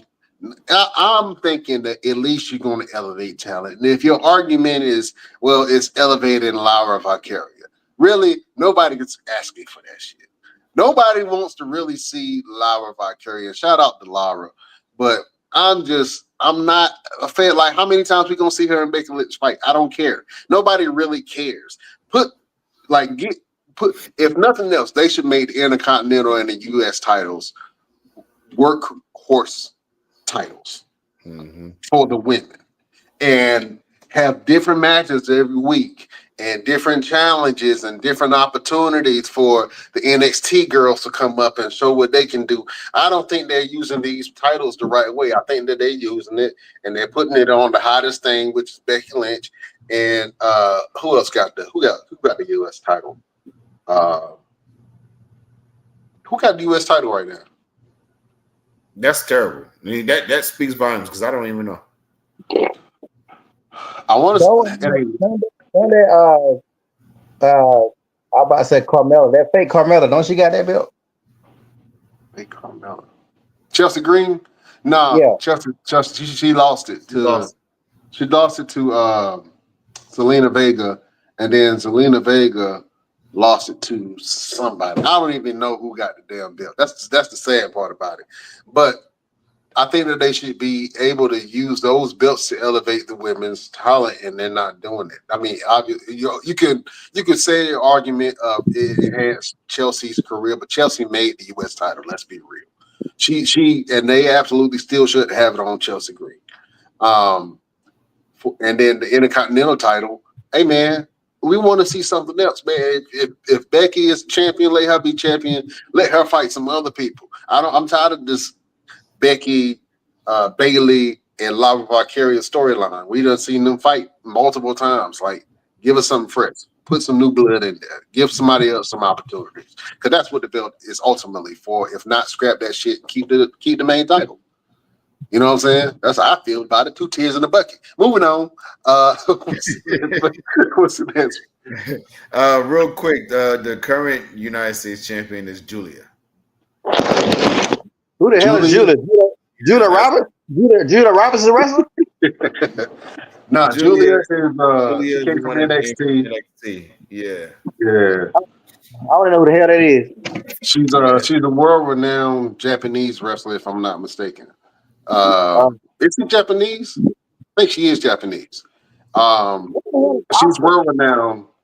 She's like the EO Sky of this new generation. Where's I don't know much about her. Asuka is on Raw. On Raw. I'm not sure what they're doing with Asuka, but that whole class is starting to move out too. Yeah. So you're starting to see a new changing of the guard. You know what I'm saying? Even though the 4 horsewomen still dominating the top of the cards, but at the same time, you see a lot of this new talent starting to move in. You know what I'm saying? And so now you got this new wave that after Tiffany Stratton, you have this new wave of Laura Valkyria and Julia and Stephanie Valkyrie, and that's that new. Those are the new horsewomen, and what's her name? Roxanne Perez. Those are the new horsewomen of this era, and so, yeah. Moving on. Speaking of United States Championship, let's go to the men's side. We had Solo Sikoa versus Jacob Fatu in a cage match. I want to move on from that too. We can move on. That match was whack. It could have been so much better. It could have been so much better. It was horrible. We got to talk about that match that Jacob Fatu, that fucking ragged ass wolf match that. Who the hell? I will say this real quick about that one match though. When they used to do all that jumping shit with Roman, it was a tiring, but you was able to get away with it with Roman. You can't get away with it when it's Solo. It just stands out more. That it looks even worse with Solo for some reason. I don't know what it is. I was tired of it with Roman, but Solo doing the same thing, it just don't hit the same. I just want to say that. What'd you say he was doing? What was Solo doing? I said the whole jumping with the people coming up and helping and stuff, like got people jumping his opponents. Oh, yeah, okay. like it's never gonna be a straight up match. Like, come on, bro. Like, to be honest, the way they had Solo at one point in time and the way they got Jacob, that should have been a hell of a match with just them two by themselves. But yeah, it won't. Yeah, I don't know why they had to involve the Bloodline in that match, or they're not even called the Bloodline anymore. The MFTs, which first of all, I know we talked about it before, but that is a horrible name for a group. I don't know why they should just call themselves the New Blood or something. You know, it should have been something else. But anyway, yeah, that match was garbage. Moving on. The Intercontinental Championship, AJ Styles versus Dominic Mysterio. We just talked about that. That was a good match for the storytelling and the symbolism. The actual match itself, it wasn't that great, but the match itself for the storytelling and the entrance and the meaning behind it, it was entertaining in that aspect. But the actual wrestling part wasn't much to talk about. But it definitely has some moments in there. Go ahead, move on to the next one. Then the main event of the night: Cody Rhodes versus John Cena. I'll let you a lot of false finishes, a lot of overselling. On the edge of your seat. I can give them that. All the false finishes, I was like, all right, and it's done. And it was like, nope. I was like, well, God, dog, what is he going to do? Hit him with a train or something? Like, it was a lot. Like, bro, how many times can you do your finish on somebody and they keep on popping up? How many times? Like, I don't know. I didn't enjoy the match. I'm gonna be honest with you. I didn't care too much for it. I don't even really remember anything from the match except for the end. I know that John Cena has successfully turned the crowd, and we all know that wrestling fans are very fickle. So the fact that John Cena was able to turn the crowd in a month's time from him being heel and trying to be a heel, but it wasn't working. I guess. I mean, the people started cheering for him after a while, and he was talking about ruining wrestling, but he wasn't ruining nothing. He was just ruining his reputation. And then so they changed him back to babyface, which I don't know why. I mean, I feel like if you went heel, go all the way in, and if you're gonna be a menace up until the time that you retire. You know what I'm saying? It didn't have that switch at the very end, but I mean, I think that him giving the belt to Cody, or dropping the belt to Cody, it was a good passing of the torch moment. I think. Yeah. Maybe. It was a good passing of the torch moment. And then John Cena got his flowers in the ring. And then all of a sudden, here is Brock Lesnar back to bury some more talent. And we all think we knew we was going to see Brock eventually, but a lot of people were speculating that we weren't going to see him just because he was tied up in the whole Vince McMahon sex trafficking scandal thing, and then some stuff ended up resurfacing again from that. But seeing Brock Lesnar come back and then absolutely destroy Cena with the F5 in the ring, talk about nostalgia. I'm happy to see the Beast back at any capacity.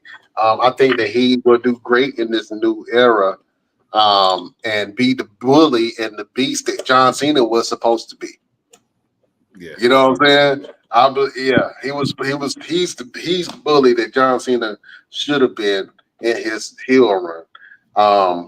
But to see him back, and now they might do Brock versus Cena. I don't know.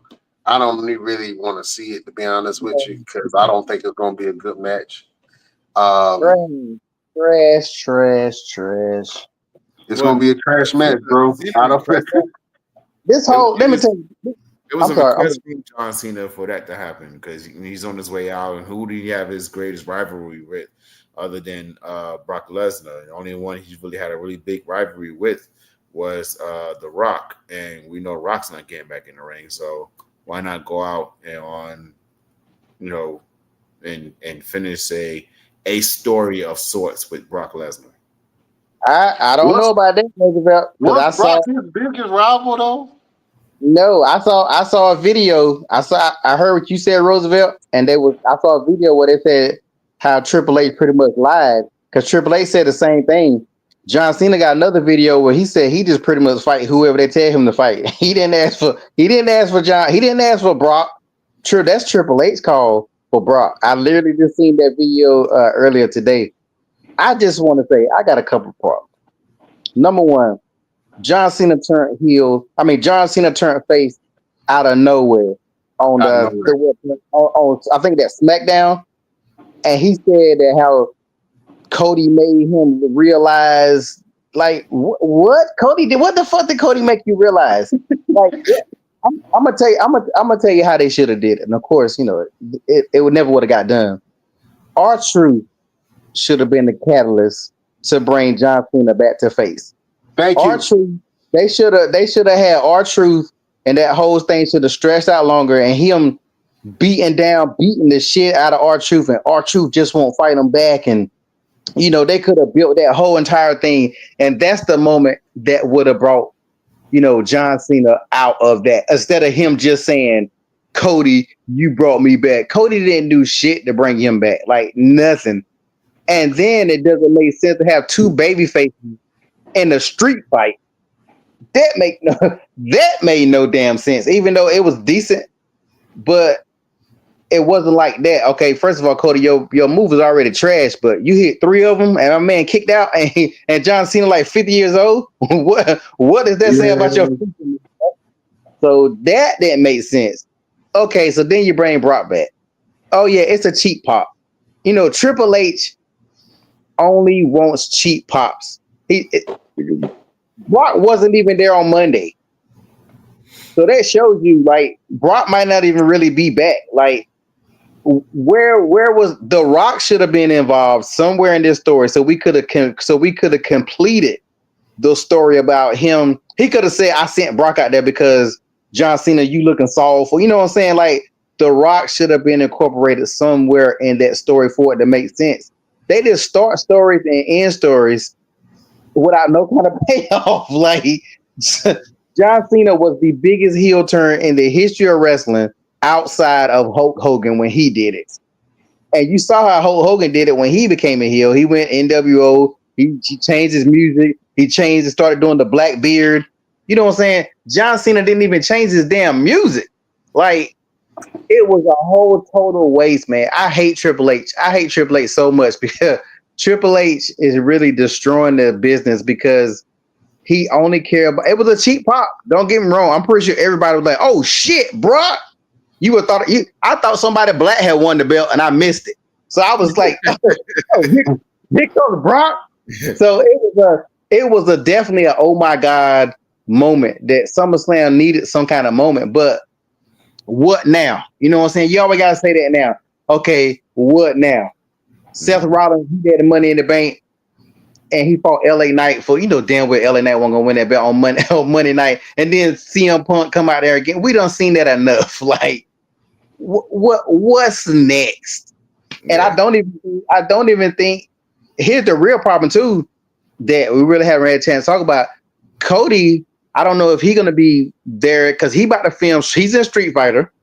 Roman is in Street Fighter, so Roman about to be either he about to be out now or he about to be out for a minute. Cody, they say Cody might be back. I don't know how they're gonna do Cody. He's filming this movie. You know what I'm saying? They got so much stuff going on, man. Like, Triple H is a piece of shit. He stinks. Like. Well, I can't put all that on Triple H. I'm putting it on. Damn it, don't blame TKO. I ain't blaming nothing. I'm putting it all on Triple H because he's the head of booking. You know what I'm saying? Like, everybody want to put shit on Vince. Everybody put it on Vince, so we got to put it on Triple H. Triple H is his stuff. He's burying talent. Look how much talent is not getting no kind of shine whatsoever. He's making zero new stars, really. And then y'all putting the company, y'all putting the back on 50-year-old guys like CM Punk and John Cena.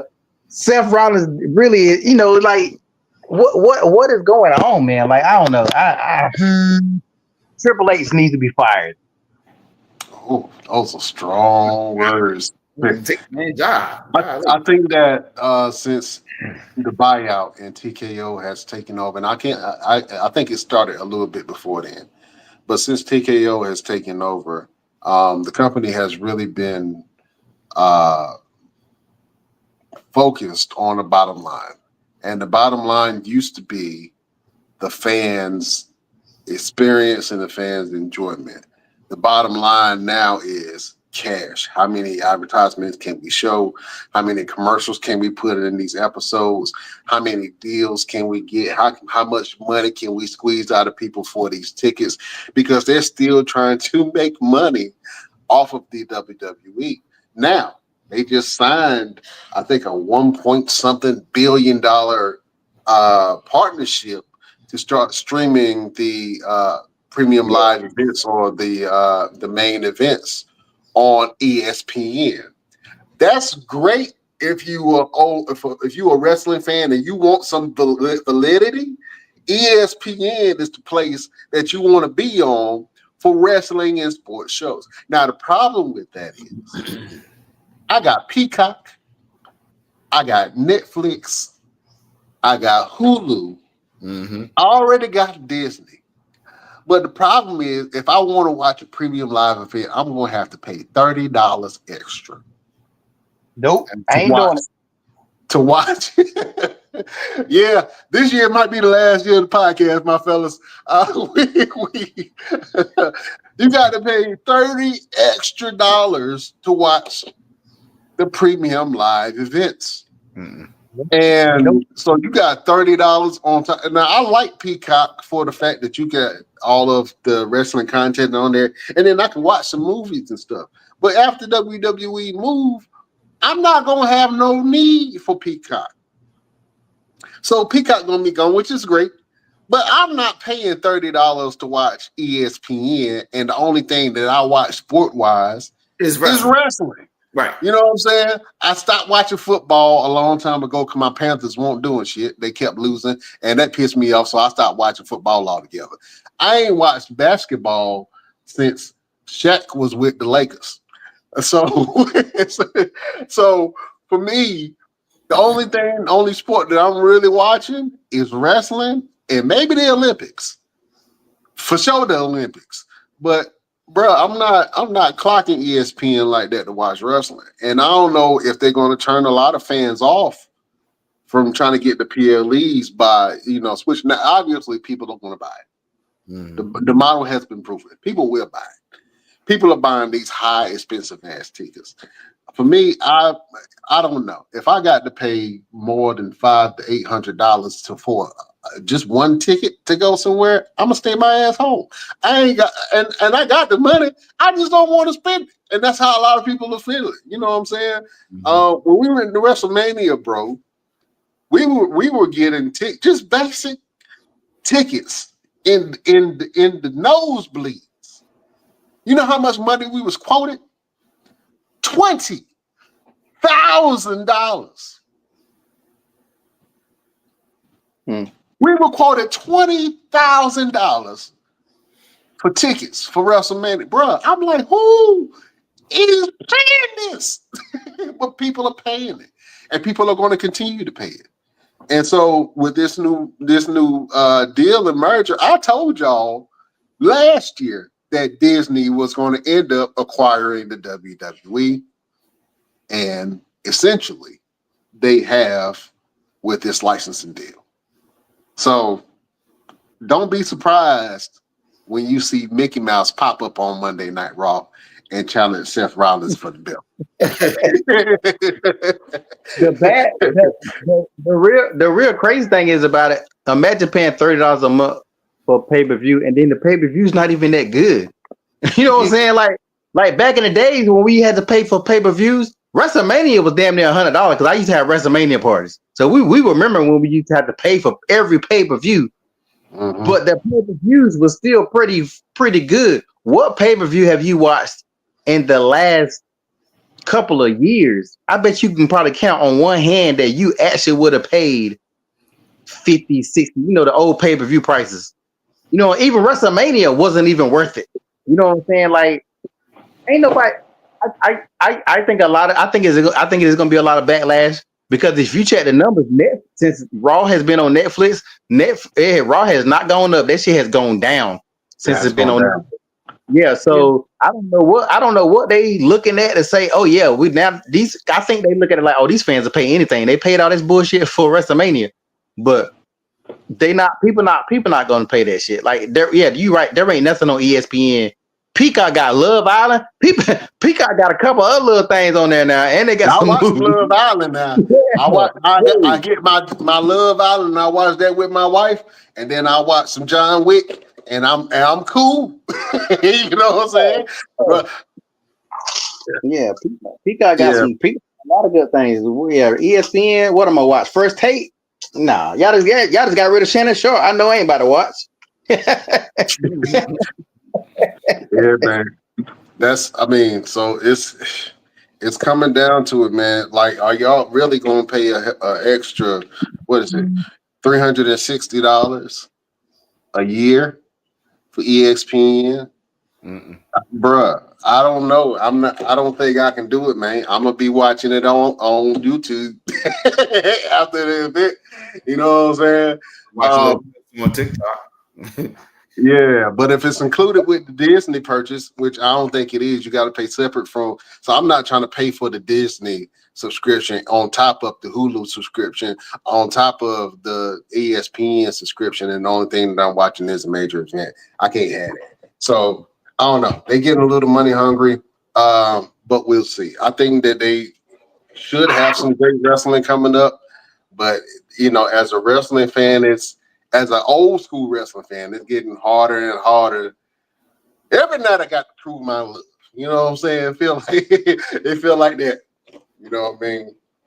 But we shall see. Overall, what do y'all give night 2? Let me go Roosevelt. I give it a B. Give it a B? Okay. That's a strong score. LP, night 2 of SummerSlam. What did you get? I give it a C. I mean, once again, I just didn't have that SummerSlam feel for neither night, to be honest. For the whole night. For the whole night. Yeah, I think we expecting too much, man. I think as wrestling fans, we have been oversaturated with wrestling, and our expectations are through the freaking roof. But at the same time, I would give it a B. I think it was a solid event. It was good. It could have had some more surprises, but night 2 definitely had some great matches. So overall, I mean, I think night 2 definitely was a shining moment. But shout out to all the wrestling fans, man. Thank you for your love of this sport, because it's I love being a wrestling fan, but they making it hard to be a wrestling fan, Jack. You know what I'm saying? They making it really hard because, you got to put your money where your mouth is. If you're a wrestling fan, I don't know no other sport. Where fans have to put their money where their mouth is to really prove that they are fans of that sport. Right. Think about it. People ain't paying for ESPN to go watch basketball. They can watch basketball on regular TV.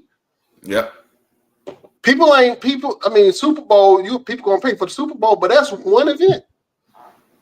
And the Super Bowl tickets are cheaper. I mean, not Super Bowl tickets. The football and basketball tickets are cheaper than wrestling tickets right now. And if you don't want to pay for the Super Bowl, you just go to a local bar and grill. Sit there and watch. But the problem is, you can't go to no real local bar and grill to watch wrestling. Unless they wrestling fans or you request it. I've had to go. Me and my wife will go out on we used to go out on Friday nights and then go to like the local pub that's around, or local Chili's or whatever, and tell them to put wrestling on because it was on at the time. But when you requesting it, it's a little different. But the thing that they are doing now, which I do like, is that they're putting a lot of the PLEs in theaters now, which is smart and that's good business. But at the same time, do I want to go and pay? And the movies is expensive too. Do I want to pay for $30 pair popcorn to go and watch wrestling with some other knuckle draggers? I don't know. I have no idea. But That shows you too that wrestling is not as popular as it used to be. Because I used to watch wrestling events. I used to go to Hooters. We used to go to Hooters. They used to pay it. They used to play wrestling every pay-per-view, and some other bars used to do it too. But just like you said, now ain't nobody really talking about no damn wrestling like that. I mean, we used to have a ball up in here. I think it was Champs. Champs used to do it. Champs. Yeah. Hooters there too. 'Cause I used to go to Hooters. Okay. Yeah, you know, can't go wrong with titties and wrestling, man. Anyway, can't go wrong. Oh man, this is a great show, fellas. We went over time, so we got to kind of wrap it up. So let the beautiful people know what you got going on and where can they find you. LPZ. Photos and events coming up. Just keep an eye on my page on Instagram, One Click Photography Shoots. Just check me out up there. All right. Roosevelt, what you got going on and where can the people find you? Well, you know what I'm saying? I just be walking around with things like this. You know what I'm saying? You just be champion material and gold and whatnot. But you already know, find me on TikTok, official_Mr. Everything, or on Instagram, Roosevelt the Fighter. And the only thing I got going on is this Mall Mania show, man. You, me, LP, Chef. Can't wait to see everybody on. Yo, you guys have no idea. You can ready to see the whole crew all together. You know, it's crazy. This will be the first time in 3 years that we have all been in the same room together. We've all been in the same room together? No, at Mall Mania. That'll be the first time in 3 years that all of us, all 4 of us, will be in the same room together. Oh, no. Well, this would be the first time ever then. First time ever, yeah. Yeah, first time ever. I'm like, because I've never seen. That's crazy. Yeah, but we're excited about this event, man. My name is Brian Renegade. You can follow me on all platforms at Brian Renegade. If you want VIP tickets to the show, go to www.mallmaniaevent.com. Go ahead and get your VIP tickets. Go ahead and get your seminar tickets. You can get the free general admission tickets, but you're gonna be we can't guarantee you where you're gonna sit at. But if you get that VIP ticket, your ass gonna sit in front and you get a photo op. You know what I'm saying? So go ahead and get that VIP. It's only $25. We ain't even breaking the thing. $25. Go ahead and get you some VIP tickets for you and your family. I'll tell you what, real quick. If you plan on getting this ESPN $30 thing, you can afford to get the daggone VIP tickets for Mall Mania. Stop playing with us. Stop playing with us. Yes, absolutely. Stop playing with me, gang. Yeah, you know what I'm saying? Absolutely. So yeah, go to www.mallmaniaevent.com, get your VIP tickets. If you have a question that you want to ask us, go to mallmaniaevent@gmail.com. And of course, go to www.thebestdamnwrestlingpodcast.com to check out more episodes and everything that we got going on. Show our sponsors some love. And of course, show your boy LP some love at One Click Photography Shoots, and see what new projects he got whipping up. Real quick, LP, go ahead and plug your lingerie show. Lingerie show is November the 8th. I have casting for that this Sunday from 4 to 6 at Barskill Dance Studio in Durham, North Carolina. Just check all the information out on my page. Absolutely. You gonna bring some models by the show, man? I'm gonna try to see who I can get that day. Try to come out there with. Yeah, go ahead and do some live photo shoots and stuff inside while we wait. We got you. We got you, man. Oh man, shout out to everybody that watches us. Shout out to the truckers. You are the lifeblood of the country. Thank you so much. Shout out to the first responders that's dealing with all this craziness that's happening in the United States and around the world. It's a lot of weird weather going on. I ain't gonna get into that. I'm gonna get a mask. I'm gonna get a mask one day, a luchador mask, and I'm gonna become Conspiracy Lucha. We're gonna talk about some conspiracy theories in wrestling. I ain't gonna go as far as government and all that stuff because I know stuff. But anyway, yeah, you can follow us on all our platforms. You can go to our Instagram where we have a lot of engagement at the Best Damn Wrestling Podcast. You can go to our Facebook group, Best Damn Wrestling Podcast, and join our Facebook group. You can join our Facebook page, the BD Wrestling Podcast, where we put all of our content on there. You can go to our X. We're barely on it, but if you're on X, show us some love at Best Damn Crew. We got a Twitch, the Best Damn Wrestling Podcast, so we'll check out our Twitch. You can check out our TikTok at Best Damn Wrestling Crew, and you can go over to our website again, www.thebestdamnwrestlingpodcast.com. Real quick, fellas, you know we got to do this each and every show. Roosevelt, do you have a final word for the beautiful people? Yes, I've been harping on this final word for a while. My final word is you got to get to a point where you stop listening with your ears and start listening with your eyes. Because a lot of times people are going to tell you who they are, but they're going to show you who they truly are. So stop listening with your ears and start listening with your eyes. That's my final word for the Best Damn Wrestling Podcast. All this crazy stuff in AI happening, you can't even believe your eyes no more. Can't even believe your eyes no more. Oh man. LP, the villain of the Best Damn Wrestling Podcast, do you have a final word for your beautiful people? I think I just say this: if you ever do something to somebody, just be prepared for them to do it back to you. Don't be like Roosevelt, because I recently saw a clip of Roosevelt that I'd never seen before of him being backstage and getting slammed into a damn wall just while he was backstage, and he never got no get back. I've never seen that clip before. You wonder why I ain't get no get back? Because they ran. Okay, they ran and went to another company. That's why. Okay? I don't know, but you asleep. You feel. Why we gotta keep up our business all that? Huh? Why we gotta do all that? You still also get back. You need to go. You need to invite them to Mall Mania, and you still go to some get back. Oh man, you gotta get your shoes back. Yeah. And took your shoes. Oh man, gotta get your shoes back, man. Beautiful people, if I have to leave you with a final word, it's a very simple message. Be bold. Be bold. Being bold is something that you see a lot, but usually bold is being tied to confrontational. I'm not asking you to be confrontational. I'm not asking you to cause trouble. But what I am saying to you is be strong in your resolve. Be strong in your will. Be strong in your wanting. And be bold and assertive in the things that you want to attain for your life. So when it comes to you, and it comes to your dreams, and it comes to your goals, and things that you want to accomplish, be bold. That is a final word from your boy, Brian Renegade. All right. We can't hold you no longer. Check us out on all our platforms. Anything for the group, fellas? Yeah, real quick. If you are a business or a company or an entrepreneur and you want to donate towards what we got going on in terms of Mall Mania, is a great cause for Blue Hearts for Autism.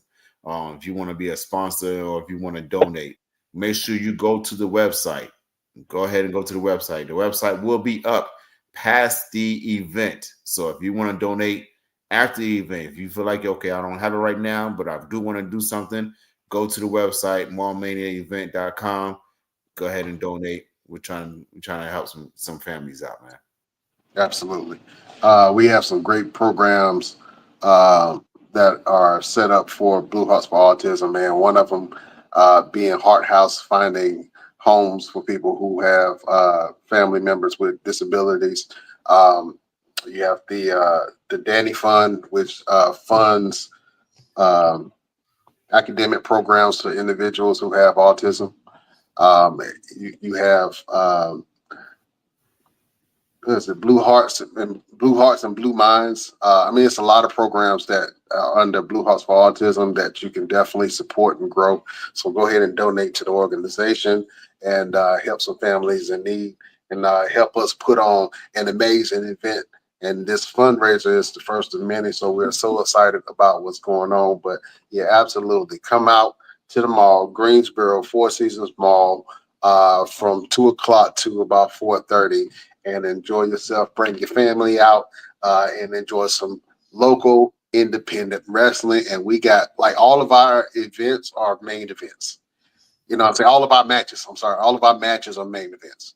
You know what I'm saying? On any card. So it's going to be absolutely great. We're so excited for the talent that is going to be here. This is their WrestleMania, our WrestleMania for the state of North Carolina, man. So make sure that you guys go out, that you support, and you help us put on a successful event so that we can grow it. And the next time we come to Greensboro, it's going to be an extravaganza. So yeah, keep on supporting us, supporting what we're doing, support the Best Damn Wrestling Podcast, support the fellas on the Best Damn Wrestling Podcast. And yeah, you just need a little bit of love. Love goes a long way. You know what I'm saying? Love goes a long way. All right, fellas.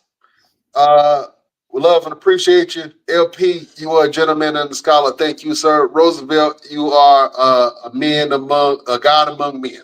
You know what I'm saying? Thank you so much for everything that you guys do, man. Y'all my peoples. You know what I'm saying? Can't wait to see you whoop ass or get your ass whooped at Mall Mania Roosevelt. Either one. Y'all be doing me so dirty. What? I'm just keeping it funky. We can't keep it real. We brothers. Obviously, I want to see you whip ass.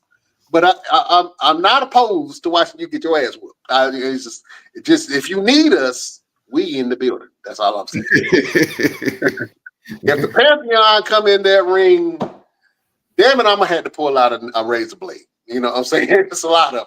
It's a lot of them. They got the Ulafala beads. So shout out to Joe Black, man. Shout out to all the fellas, Trayvon Ali, all them boys. Man, they moving on the independent circus. And so if you got an opportunity, just go back, check out some of the talent that we got for this show, and you will be pleasantly surprised with the new findings that you have. All right. Y'all be good. Try not to get your shoes taken because it's brothers out here that's taking cat shoes, and wearing them around their neck. Don't be Reverend Reigns getting your ass whooped and having the grown man take your shoes on live television. And wear it like a chain. And wear it like a chain. All right. We can't hold y'all no longer. We love y'all. We bid you. I do.